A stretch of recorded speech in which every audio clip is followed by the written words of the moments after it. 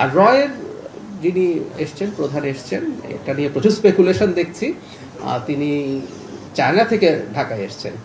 মৃত্যুদণ্ডপ্রাপ্ত একজন আসামিকে ফেরত চাই, আমরা তাকে দেশে এনে আইনের আওতায় আনতে চাই। সেটা তো হচ্ছেই না। তিনি সেখানে বসে মাঝে মাঝে নিজেদের সাথে করছেন। এবার যেটা সবচেয়ে বড় ব্যাপার হলো সেটা হচ্ছে তিনি রীতিমতো সংবাদ সম্মেলন করলেন। সেই ব্যাপারটা খুব স্বাভাবিকভাবেই যাকে আমরা এনে বিচার করতে চাই সেটা না করে তিনি ওখানে বসে এটা করছেন। এই ব্যাপারগুলোকে ভারতের মানে আন্তরিকভাবে নিতে হবে যে বাংলাদেশের সাথে ভবিষ্যৎ সম্পর্ক কীরকম হবে, কিভাবে হবে সেটার ব্যাপারে। সো এই বার্তাটা টাফ স্ট্রংলি দেয়া হয়েছে, এতে কোনো সন্দেহ নাই।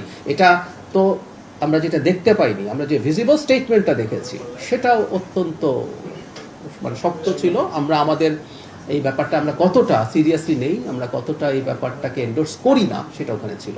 আর রয়ের যিনি এসছেন, প্রধান এসছেন, এটা নিয়ে প্রচুর স্পেকুলেশন দেখছি।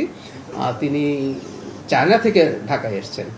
সো এটা তার এক ধরনের সফর এবং আমাদের যে কাউন্টার পার্ট আছে তার সাথে বসবেন। এটা নিয়ে মনে হয় না সরকার যদি মনে করে সেই সফরের পর সেখানে কোনো একটা স্টেটমেন্ট সরকারের দিক থেকে হয়তো দেওয়া হবে, কিন্তু এটা নিয়ে স্পেকুলেশনের কিছু নেই। মানে অনেকে এমনভাবে করছেন যে গোপন, মানে সবাই সব জানেন, পত্রিকায় সব চলে আসলো, কিন্তু এরকম কথা লিখছেন।